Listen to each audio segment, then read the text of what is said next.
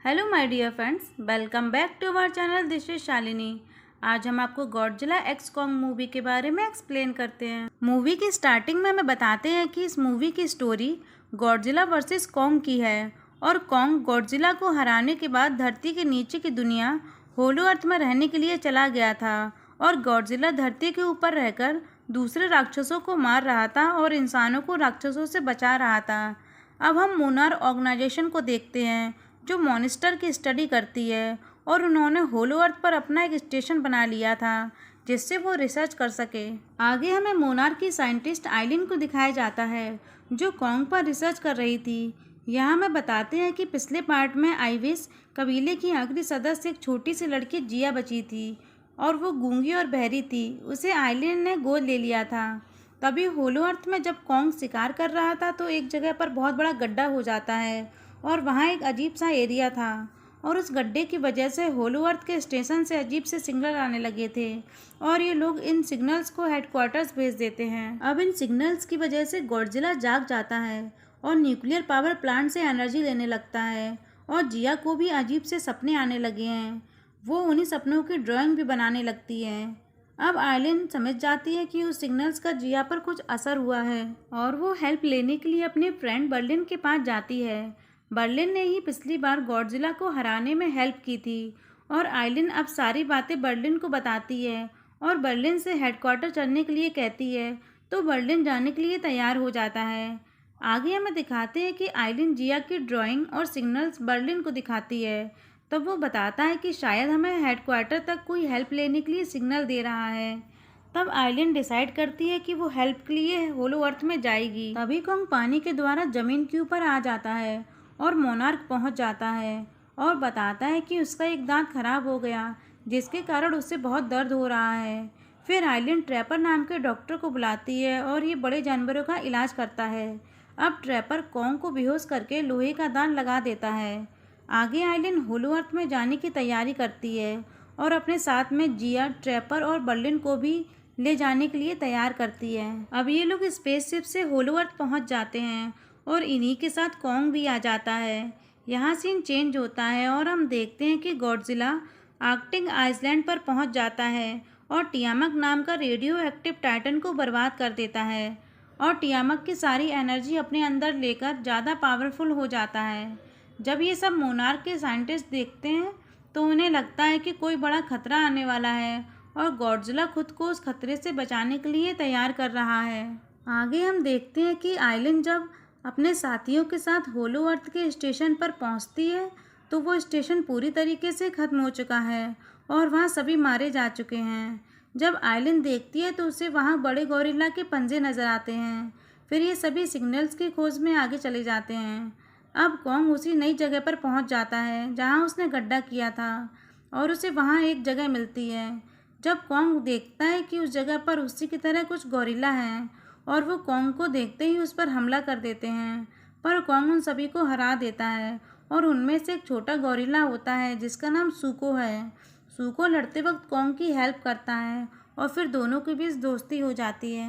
आगे सूको कॉन्ग को अपने एरिया में लेके जाता है जहाँ उसे अपने ही जैसे बहुत सारे गोरिल्ला मिलते हैं और इनका एक स्कार किंग नाम का गोरिल्ला राजा बनकर रह रहा है और वो सभी पर बहुत ज़्यादा अत्याचार करता है। जब ये सब कॉन्ग देखता है तो स्कार किंग से लड़ने लगता है और हमें यहाँ दोनों के बीच खूब भयानक फाइट दिखाई जाती है। अब स्कार किंग जीतने के लिए सीमो को अपने साथ लड़ने के लिए बुलाता है।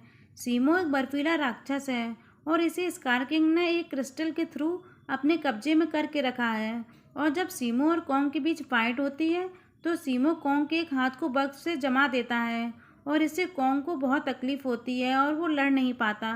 फिर कॉन्ग सूको के साथ वहाँ से भाग जाता है और भागते हुए कॉन्ग की कुल्हाड़ी वहीं छूट जाती है और वो स्कार किंग को मिल जाती है। आगे हम देखते हैं कि आइलिन और उसके साथी एक जगह पर पहुँच जाते हैं और जब वो आगे बढ़ते हैं तब उन्हें एक लेयर नज़र आती है। उस लेयर को पार करने के बाद उन्हें ईवी लोग मिलते हैं। तभी वहाँ उन लोगों की रानी आ जाती है और जिया को देखकर वो सोचती है कि ये उन्हीं के कबीले की है और तभी आइलिन और उनके साथियों को पता चल जाता है कि ये सिग्नल इन्हीं लोगों ने भेजे थे। अब ये लोग बताते हैं कि इस दुनिया पर बहुत बड़ी मुसीबत आने वाली है और ये लोग अपनी बात को समझाने के लिए एक रूम में लेके जाते हैं और बताते हैं कि इसमें होलो अर्थ का इतिहास लिखा है और इसी में एक भविष्यवाणी भी की गई है कि धरती के नीचे और ऊपर एक इक्वलिटी थी।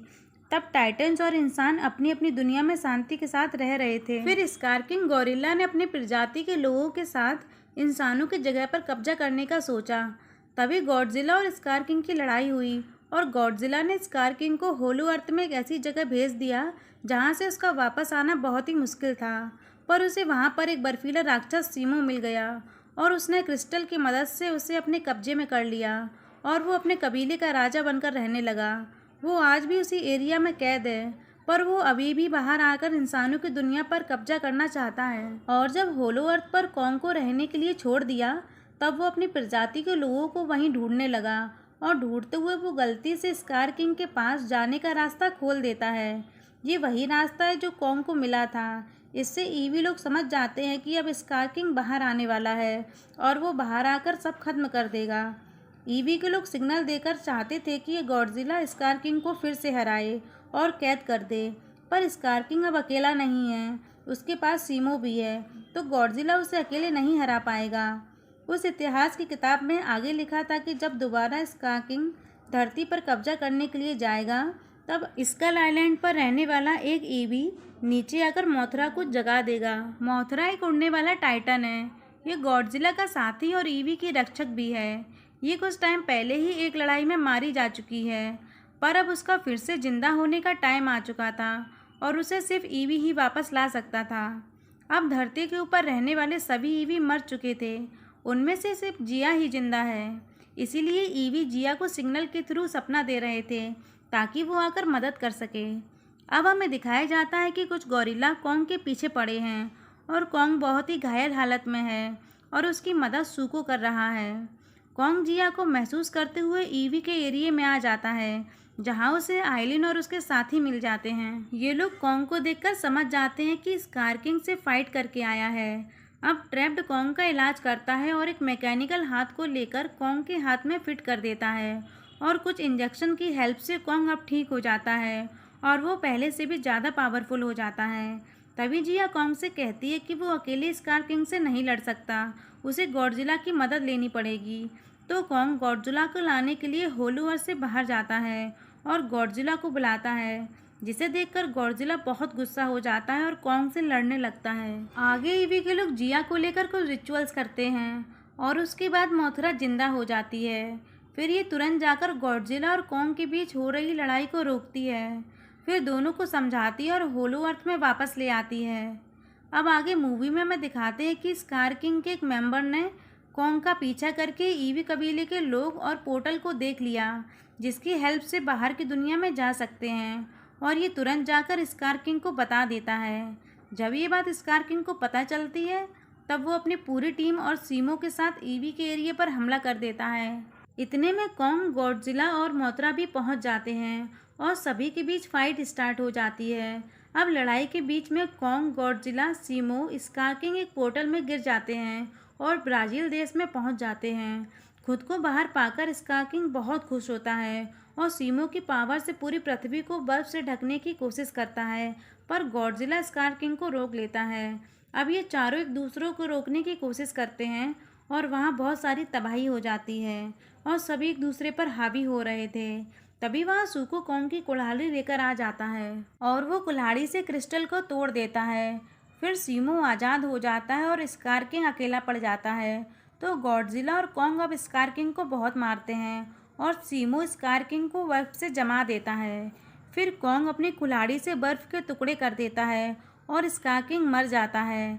तभी गॉडजिला अपनी ब्रीज से आसमान को बर्फ की चादर से साफ कर देता है जो सीमो ने ढक दी थी। अब आइलैंड के लोगों को लगता है कि जिया ईवी के लोगों के साथ खुश रहेगी, तो वो जिया को होलो अर्थ पर ही रुकने के लिए बोलती है, पर जिया मना कर देती है कि उसे आइलैंड के साथ ही रहना है और जिया वापस आइलैंड के साथ आ जाती है।